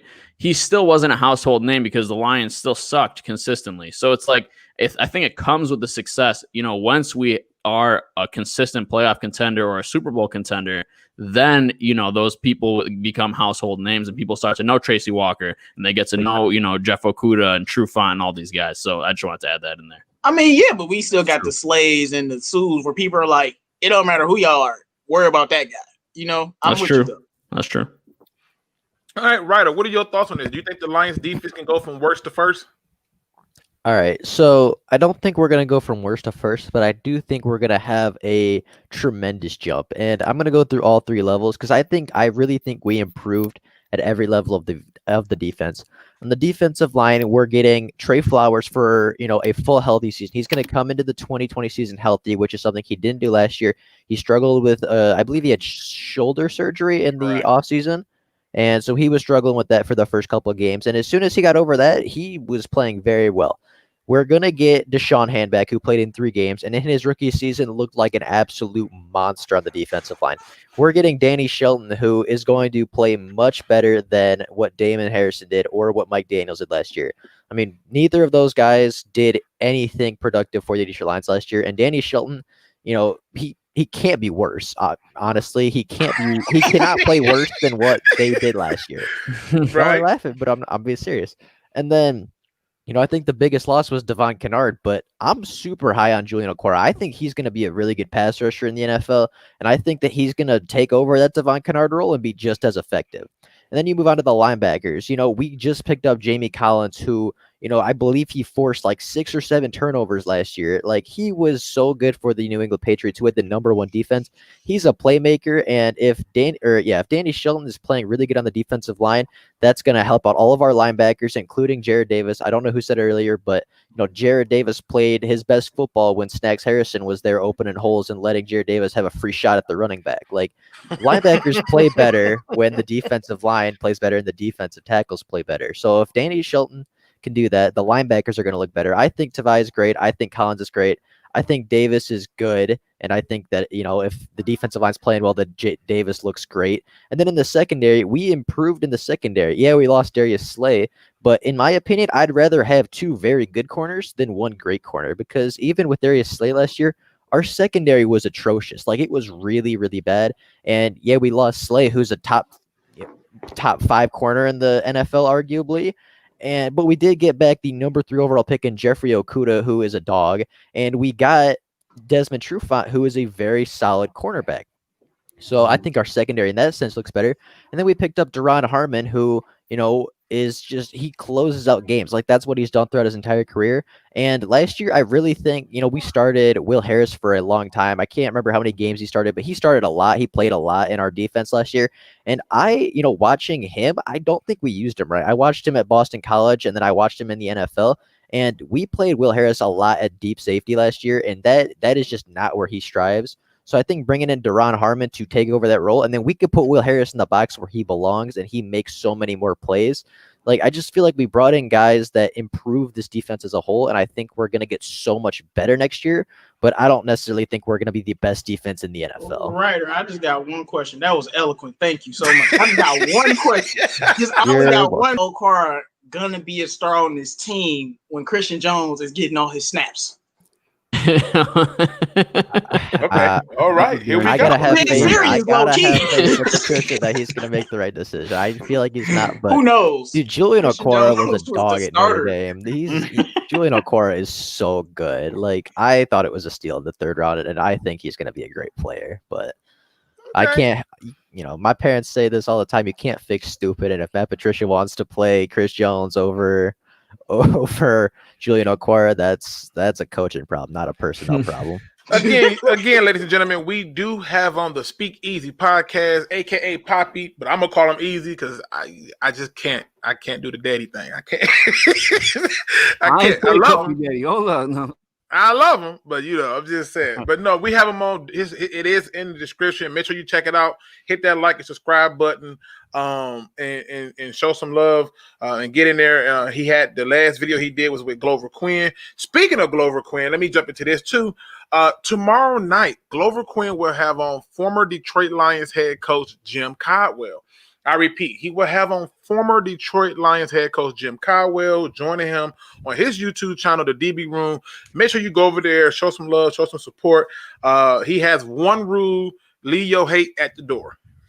I can respect that because I'm seeing a lot of hate right now on our DSA channel, and I appreciate that hate. Let us know we're doing something right, people. So. This thing right here that Motor City Thanos brings, he said this season is a watch anyway, and it kind of brings us to our next topic. And to me, it's something that a subscriber has sent me and asked me to ask, and that question is it fair to judge any rookie performance this season due to the COVID-19 virus? Is that fair? Like, is it fair to say, like, if for some reason Okuda sucks or somebody super is trash, like let's say Swift sucks, is it fair to judge him on that based on this season and in the circumstances? We're going to start this off with you, J-Mo. What's the question? I know you in basketball mode, but what in the No, man, I'm in talking to rage mode because he out here talking stupid, bro. Like these Packers fans are just out here disrespecting Kenny Galladay, man. Rage down for a good conversation. You ain't gonna never get Rage to not want to be part of a good conversation. But I'm saying the question is it fair to judge any of the rookies, any rookies' performance this season? Given the current climate with the virus. Absolutely. And I'm talking about the running backs that we got. Swift and Huntley, y'all don't have any type of, I don't want excuses, because all you got to do, now if the blocking isn't there, that's one thing, but we're not really talking about. All you got to do is take the ball and run. Running back is the easiest position to transition into the NFL. So unless I'm wrong about that. So I think Swift, nothing should affect DeAndre Swift production. You know, whatever he was going to do, he should be able to do it. Now, Okuda and all the other players, they got to learn playbooks and stuff. I know Swift has to learn a playbook. At the end of the day, we just handed him the ball. And Swift is a guy that we will call plays for. So we're going to use his abilities to be successful, where with a lot of defensive players, it might be a little bit different in transition. Like we already know how hard it is for some DBs, D linemen, even the O linemen we got. But when it comes with Swift and Jason Huntley, whatever we have them doing on our team, I expect both of them to be very productive. Those are the two guys that I won't give a pass, especially Swift, because y'all already know how I feel about that pick. So I won't give those two guys a pass, but everybody else, for the most part, yes, because it'll be just different. It's just running backs. All they gotta do is just take the ball. It's not that difficult. Just like Real was saying, because it's very easy to be a running back. But that was Andrew, bro. Well, I know one of y'all said it, man. I knew one of y'all said it. I can't remember which one of y'all said it.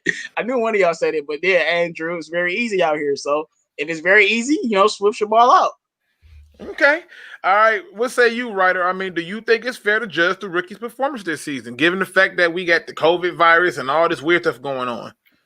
I mean, it's absolutely fair to judge anybody's performance. I don't care if you're Joe Burrow or if you're the last undrafted free agent side. Playing football is now your job, and you have to perform at your highest level. Now, is it fair to say if a rookie struggles this year that they're a bust and they're going to be a horrible football player? No, but that's the case in every rookie year. I mean, I don't know anybody right now that's saying TJ Hawkinson is the biggest bust in Lions history at this point, because he's only played in one season and he got injured. Like, yeah, it's fair. You have to be able to judge their performance. You have to be able to critique players, because at the end of the day, it is their job to play football. Now, how do I want to say this? Am I going to judge a player off his week one performance? Not necessarily, but I want to see the rookies improve. At the end of the day, if a rookie is improving every single game, then, they're getting better, and that's what you want to see out of your rookies. So at the beginning of the season, I don't think it's fair to judge because they didn't get a real offseason. But by the end of the season, assuming we play in every game, they're going to have 15 games under experience. They're going to have somewhat of an offseason. So by the end of the season, if they're not playing well, then there is no excuse. Listen. I'm going to save mine for legs. I don't need this heat. Easy. What do you think? I mean, do you think it's fair to judge him? This is a question that was sent to me from a sub who felt we was having a conversation. I'm just can't give y'all a little context. We was having a conversation, and he was like, "Yo, I don't think it's fair that we can judge any rookie this season." And I said, "Oh, I'm listening, right? Because I wanted to see where he was going to go with this." And he gave me his view, and then he said, "Put it as a question." So I did. Easy. Do you think it's fair to judge a rookie's performance this season? I think it'd be absolutely absurd to harshly judge any of these rookies this season. Transitioning to the NFL is hard enough in itself. We see bust NFL time after time in a full regular off seasons to learn. It's just so different. I have a buddy, his name is Tyler Conklin. He plays for the Vikings, and I actually had him on the podcast too. I got to ask that question. What's that next level up? And you got to think it's the best of the best you're playing against. So it's a transition itself, let alone to have to learn schemes and all that stuff on top of it. It's you can't harshly judge any of these rookies this year because it's a big jump, let alone it being COVID. You know what I'm saying? So it's I don't think it's that fair. And running back is not, none of these positions are simple, man. Like, this is the NFL, man. This is the top of the top. This is the best of the best. And the playbooks themselves get bigger. It's not fair. I don't think it's fair. Okay, listen.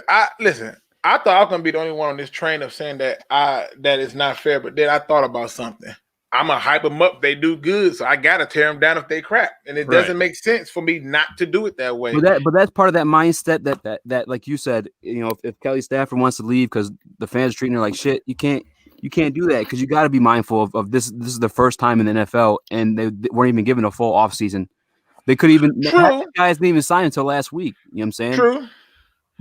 True, but my attitude is it's still football. I know it may have got faster because you were some more faster people, but it's like if a person is racing in track, we're not asking you to do nothing more than run. Like, I'm not telling you, I'm not telling you to run and fly. I'm not telling you to run backwards. I'm telling you to run, and this is football. You've played from little league, middle school, high school, college, now pro. It's not though. It's NFL football, man. I get it. It's fair. I just think it's more than just like the actions. Again, they're giving bigger playbooks. Like, a lot of these colleges only run like one system. I think there's one quarterback that just got drafted this year. I mean, every year really, that never even took a snap under center. You know what I'm saying? So it's like you got stuff like that. Guys coming from like just one directional systems to a full capacity playbook that's like that you have to take home and study. You know what I'm saying? It's way more complex than just going through the motions. Otherwise, every athlete would be in the NFL, and that's just not the case. Listen, I totally get it. I like this one right here from Mars. He says, if you can't judge them, don't play them. You on the field. But I get what you're saying, though, Ethan. I'm not going to kill you on that. I get what you're saying. Real, is it fair? Is this a fair thing to do to judge a rookie's performance this first season? Look, I think you hinted at it, but I'm going to just directly say it. Like, look, if you flip the script and a rookie does really well, are you going to say, no, that doesn't really count because it's a COVID year? No. So the same thing applies. All players are going through this. All rookies are going through it. So there are going to be some rookies that excel and some that don't, like every year. And yeah, maybe it's not necessarily just like Right or Wrong said, you can't call them a bust because this year we all know that this is an aberration of a year. It's not normal. But the fact of the matter is we have film now on those players having reps against other NFL players. We can definitely evaluate that and see how they are. If somebody's missing a tackle, an easy tackle or getting cooked every single play, that's not something that you're no. And the same thing goes if they're balling out. If Jeff Okudah is balling out and he has, 15 interceptions, breaks records and stuff, are we going to say, no, that doesn't count? No, of course we're not. So I think you definitely judge them just like you judge every other player. And yeah, just like every other rookie, it's not just the 1 year. You wait to see if they're a bust or they're a success. But yeah, I think you definitely judge them just like every other year. Let me say real quick too, because you got to look at what Darius Slay became as far as like a Pro Bowler and an amazing cornerback. His first year wasn't so great, and he had an entire offseason to get ready, prepare for that. Right, but we could still objectively say, though, that he wasn't good in the beginning parts of his career. That doesn't necessarily mean that we judge him for the future. But that's part of being a rookie because he has to grasp the concept of the game and how he has to approach it differently. It's at a whole different level. Totally. Yeah, I agree. I think it depends also, too, on the player. Like, to me, like, if let's say, for example, like, I just think Okudah going to have a rough first season. I just feel like with all of the teams who have taken cornerbacks, they had D lines and linebackers that can do things that's not normal, and we don't. I just feel like it's going to be a bit of a learning curve for him, and that was one of the issues when Darius Slay, when he first got here, we had D line help, but Darius Slay problem was he was too busy being in his head. he wasn't getting out of his own way. So I just feel like that's going to be an issue. But Andrew, what do you think? Do you think that it's a fair thing or it's not fair to judge a rookie performance this year? I 100% think it's fair to judge them. When is the NFL draft? Let me ask you that. April. All right. When does the season start? When does the season start? Technically, it would have started in August, but for real, September. Go ahead. Right. So, in those 5 months, you're telling me you can't learn a playbook. 5 months. So here's my logic, right? When you're in college, you have all your papers you got to write. You got to go to class. You got to take tests. You got to study. You got to do homework. You got all this other crap going on. You got practice. You got to travel, all this. You are out of college now. You are literally working out, practicing, and studying. That's it. That's your life now. You don't have all your college crap anymore. You should be able to learn a playbook. You have months on end to study.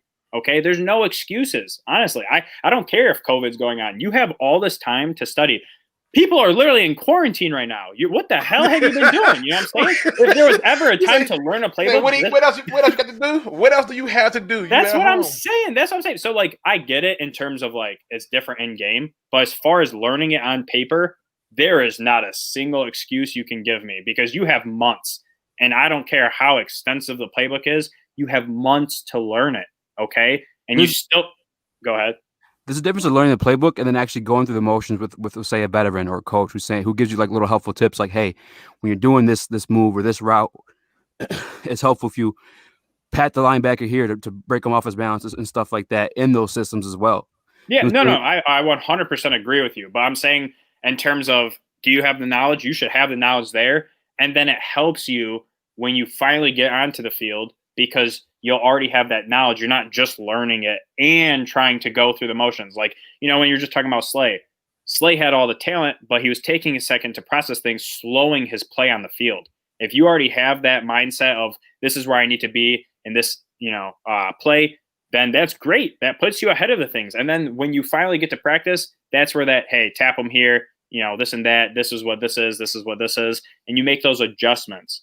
These guys are already in shape. These guys should know the playbook. They should be able to get to training camp, and it shouldn't take that long to transition. I don't think this year is any different than any year in the past in terms of transitioning because they're not missing as much time on the field.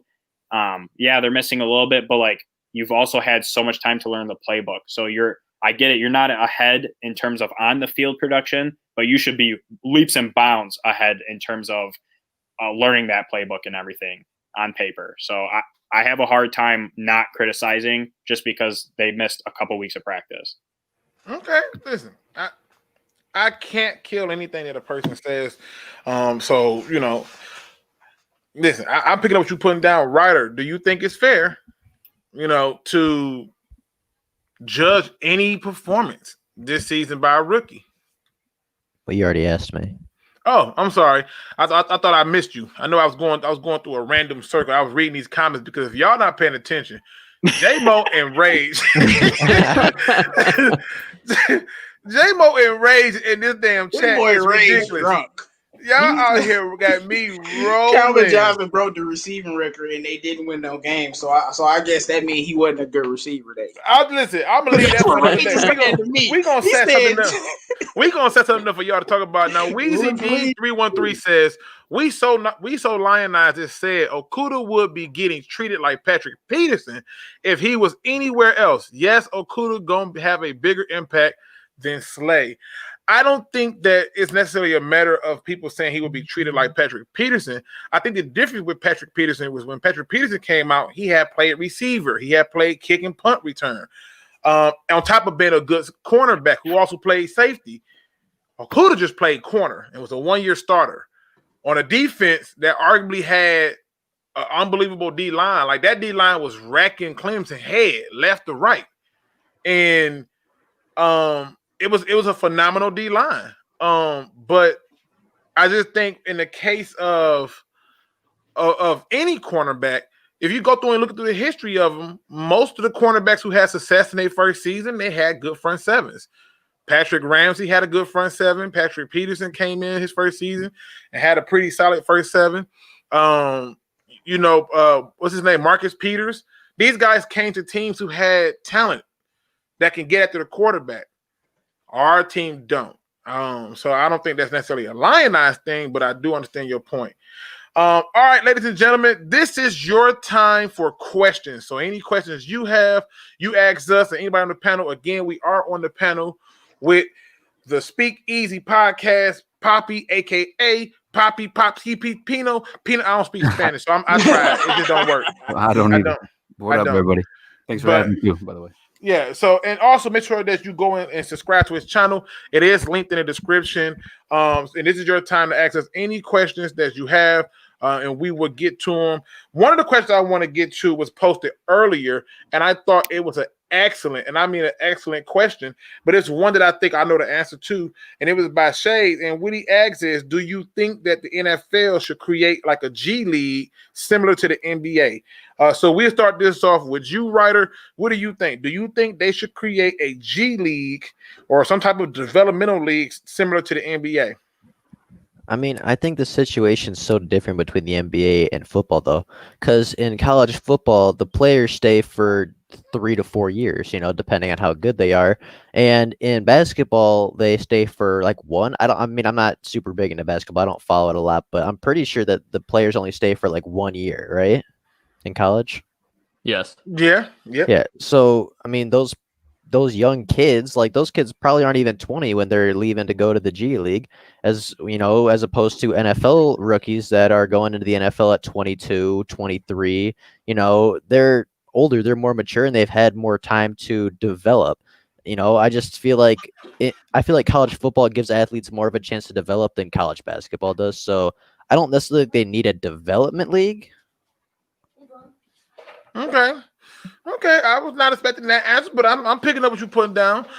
Easy, what are you thinking? Do you think that the NFL should have some type of developmental league? I think yeah. And the reason is not so much too that like the point of a development league is for guys to develop. And NFL is one of those sports, is a sport where it's 100% injury guarantee. You're gonna get hurt. And there's no sense of getting hurt for free when you get that same experience. And hopefully I'm not going to say it's going to be exactly the same experience, because much like building the culture in Detroit, it's going to take some time to build that league. But I'd rather, if I'm a father of an athlete and there's an option for him to get paid while getting that experience, then I'd rather prefer him go that route, especially if you're going to get hurt and all that stuff like that. And I know these guys are going to college for school, but let's be honest, and I have got a couple buddies in the league, they're not going to school for school. They're going to go pro. And the sad reality is it's not always necessarily a reality for them. But I think if you could get that same skills or that same development and get paid, why not? I think it should absolutely be offered. That's why I'm not mad at guys when they set out these bowl games. I think Leonard Fournette did and Christian McCaffrey. I'm not mad at them. If it's not the national championship, why would I risk my future to feed my family, for free? It makes no sense. Give them a development league, let them develop, let them get paid. Okay. Andrew, what do you think? Do you think the NFL should have a developmental league similar to the NBA? So am I missing something? Because to me, the XFL was the developmental. No, you're not missing. No, but the XFL was literally trying to not be a developmental league, but it was trying to be a separate league. It was a competitor to the NFL. And one of the reasons that I think Dwayne The Rock Johnson got into it, as well as those other partners, why they tried to revive it, because they saw something good where it could be a developmental league to the NFL. So similar to how some people came from arena football, or maybe they chose to go to Canada and try to play in the Canadian Football League. So, but no, XFL was not the developmental league for the NFL. I get not technically, but like we literally would bring people from the XFL into the NFL when they were doing really well. So like I feel like that was the developmental league, but like I think it was Ryder who said it, college athletes in terms of football are there for a couple years, like if you're not showing anything or any promise, or you're not crazy athletic in terms of like a raw score or something, most likely you're not going to make it into the league, you know. And it doesn't matter what school you go to. If you show that you have talent, if you show that you're athletic, you know, that you're gifted, you'll somehow get onto an NFL team. So I don't really know if, you know, it's just a little bit different. Like basketball, baseball, you know, things like that. It's just a little bit different. You know, I don't know. I feel like if you were to do it, the XFL would be the best bet and just bring the stars from there. But then I don't know how the XFL can thrive enough. Okay. Rage, this is just for Rage. Rage says, bro, Allen Robinson is way better than Kenny Galladay. I'm just going to show you something really quick. So Kenny Galladay, hold on. Just to show you something, I'm doing a small comparison just to show you this. So Kenny Galladay has played 42 games in his first 3 seasons. Ironically enough, Allen Robinson has played 42 games in his first 3 seasons. Kenny Galladay has 2 rushing attempts, 17 yards. Allen Robinson didn't have none at that point. Kenny Galladay has had 163 receptions compared to Allen Robinson's 201 receptions. Now, I want you to keep that number in mind because Kenny Galladay has 2,730 yards after 3 seasons, and in the first 3 seasons of Allen Robinson, he had 2,831 and had significantly more receptions. But if that's not enough to prove it to you, Kenny Galladay did have 19 touchdowns. Allen Robinson had 22. So obviously you want to say he had more touchdowns, right? But if you look at yards per reception, Kenny Galladay 16.7 yards per reception compared to Allen Robinson's 14.1. That doesn't show somebody who's better. That doesn't show that Allen Robinson is better than him. It shows that not only is he better than Allen Robinson, he's ahead of schedule. Yeah, and Kenny G is splitting targets with Marvin Jones, who's getting right. Golden Tate, who's getting 80 catches and 90 catches, and Marvin Jones getting 900 yards and 4 touchdowns in the game. Allen Robinson was by himself those first 3 years in Jacksonville. You also got doing this with other guys. Just food for thought. You got Matthew Stafford throwing to one guy, and you got Lord knows who was throwing to Allen Robinson. I can't even think of who was the quarterback. Oh, Blake Bortles. You got to factor that in a little bit too. But I mean, I think Kenny G is for sure. Yeah, better, but Kenny G was productive when Stafford went down, though. So I ain't gonna hit on. Yeah, come on, man. Adam D, Allen Robinson, Amari Cooper. None of them are better than Kenny Galladay. But I'm sorry, Devin Tyreek Hill better than Kenny Galladay. Now, here's a question from the great one, Mike. He says, with Stafford recent report about COVID being false, does it make think about how many false reports have been COVID in the NFL? So I think he's saying that with Stafford's COVID report being false, how many people have had false results? It has been a huge thing, not just in the NFL, but worldwide, where there have been a lot of people getting false tests and having false symptoms. But what people don't realize is in the medical field, you can only go off what the patient tell you. If you hit the patient with a knife and he sits still, how do you know you cut him? So a lot of the times these patients go in there, and it's a lot, and unfortunately, there's a lot of hypochondriacs who just decide to be like, I'm sick, or every little thing that happens, they think it's something else. So they can only go by those little things. And when they do the test, they getting so many tests right now trying to get done. You got to think, just look at this country total number of people and figure out how they gonna get all this done. So you bound to have some errors there. No shocker there. Let me see. What other questions do y'all have? Let me see. If I don't see no other questions, we can definitely shut it down because I got things to do tomorrow, people. Can I plug the podcast real quick? Man, absolutely. I'm finna go into the final thoughts, and we'll start off with you, man. Appreciate you for coming on and talking with us. Go ahead and plug all your social media feeds, the YouTube channel, everything, the podcast and all, and then don't jump off. Even when I end the show, don't jump off. Just hold tight because I got to finish talking to you backstage, okay? For sure. Yep, my name is Poppy. I'm with the SpeakEZ Podcast. It's the space. This is the only part people get confused. It's SpeakEZ as in SPEAK and then the letters EZ, and the rest is just podcast. But go ahead, check me out, guys. I started in quarantine 2 months ago, but man, I feel like I'm on and popping. We had Kendra Lust on. If you don't know who that is, Don't Google it at work. She's a porn star. She's also a really big sports fan, and she's from Michigan, so she fucks with the Lions, and she fucks with UFC heavy. Speaking of fucking with UFC heavy, apologize for the swear words. I'm gonna try to stop on that, but I got hella UFC fighters on my podcast. We had Cody Stamans from Michigan, Eric Anders, who was a Alabama linebacker, won a championship in 2009. He's now in the UFC, and I mean all the time, man. I love MMA. Baseball. We try and hit there. I'm not the biggest baseball fan. I'm not gonna lie to you guys, but we got baseball. We actually, you guys will run to the YouTube channel. It's youtube.com/the SpeakEZ Podcast. We had Matt Barnes on for just a little bit. We got to ask him who he thought would have won in that fight between Big Ben Wallace and Ron Artest. So that was pretty cool. And yeah, man, check us out. We're all over the map. Definitely football. I definitely want to come on this show again too. I appreciate you guys having me. I love my city, and I love my city's teams. Except for the Lions do stupid stuff. Sometimes it's a questionable love, but yeah, check me out. It's the SpeakEZ Podcast. We're on popping on Instagram, trying to get popping on Twitter, but for sure, come holler at me on YouTube. And it's definitely linked into the description. So if you don't know, it's in there. Definitely check it out. And then that way you'll be able to follow him. To answer this last question, what's the biggest improvement you guys want to see out of Stafford? I'm not letting him off the hook. I want to see the biggest improvement I want to see out of him is him turning around and handing the ball off. I don't need 40 passes a game. Hell, I don't want to see 35. He should be throwing the ball between 25 to 30 times, and the rest should be handoffs. So that's just my biggest improvement. Ryder, give people your final thoughts for the day. Yeah, well, first and foremost, thank you, SpeakEZ, for coming on, being the special guest. Always have fun with special guests. I mean, this show got kind of heated at points, people arguing, people disagreeing, but hey, those are the best kind of shows. It's no fun when everybody agrees on everything. So this show was fun. I enjoy listening to you guys debate and talk and everything. So great time. All right. And let's go on down there to you, Real. Give them that final thought.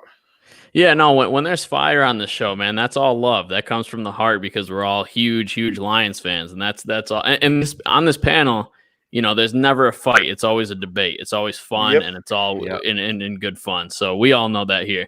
And it does make the shows fun, and it makes the time fly as well. So it's been a great show, guys. Thanks for having me on. And definitely Ben Wallace would beat his ass 100%. Thank you. Definitely head over to the channel, check that out for sure. Yeah. So yeah, if you're a real Detroit Lions fans, please subscribe to my channel. And we're trying to build a community of awesome real Detroit Lions fans that are diehard fans and just want to talk Detroit sports and the Lions. So yeah, go ahead, Luke. All right, and then I'll pass it over to your better half, Andrew. What are your final thoughts? Yeah, I definitely had fun. Obviously, me, SpeakEZ, and Real definitely won that debate with JMO. Definitely did not. Y'all all sounded crazy, making excuses for winning. It's all good. Hey, according to my calculations, it's 3-on-1, so majority rules. You know what I'm saying? No, according to my calculations, facts rule. Anyways, it was a blast, man. SpeakEZ. Thanks for coming on. Definitely go check out his YouTube page, his content. And that's it, man. Make sure you guys tune into Thursday. Absolutely. And last but certainly not least, 313 J-Mo. I know J-Mo finna get his shot back. I can feel it in my spirit. I wasn't even thinking about that. I was about to talk about Kenny G because Ray's talking reckless. But now I gotta say, stop making excuses when coaches win their first year. But anyway, this was a great show, man. It got heated at times, but I love it, and I just want to say, stop with the Kenny G disrespect, rage. Come on, man. The man said Adam Thielen was better than him. That's why when I couldn't take you serious no more. But look, I'm upset with the Lions with this whole COVID thing. I mean, if you could ask every Lions fan the day before it was released, what's one thing that could just ruin the whole fan base? Matthew Stafford has COVID. That's the answer to the question. And the fan base was like a bunch of people with their head cut off. You would have thought it was the end of the world. People were going crazy. And I just don't want any more tests. So the NFL needs to nip that in the bud. But as I said, man, please pay Kenny Golladay. Man. Okay. All right. Listen, I'm with it, man. Listen, I enjoy this. Y'all don't understand how much I enjoy this and just talking sports, talking football.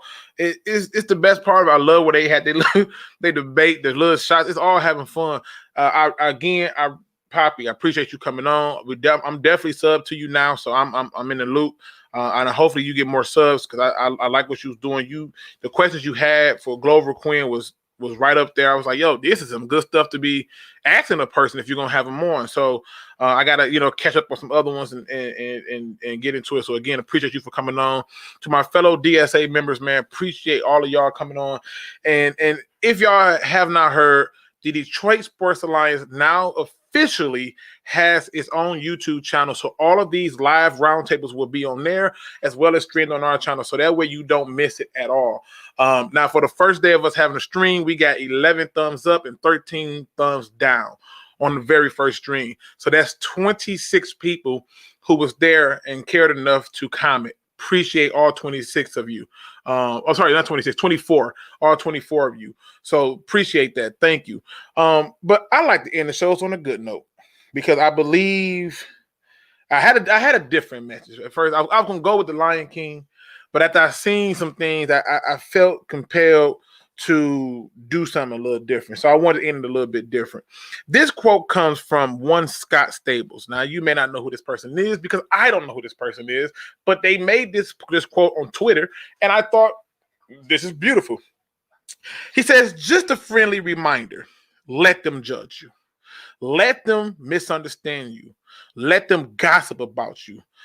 Their opinions aren't your problems. You stay kind, committed to love, and free in your authenticity.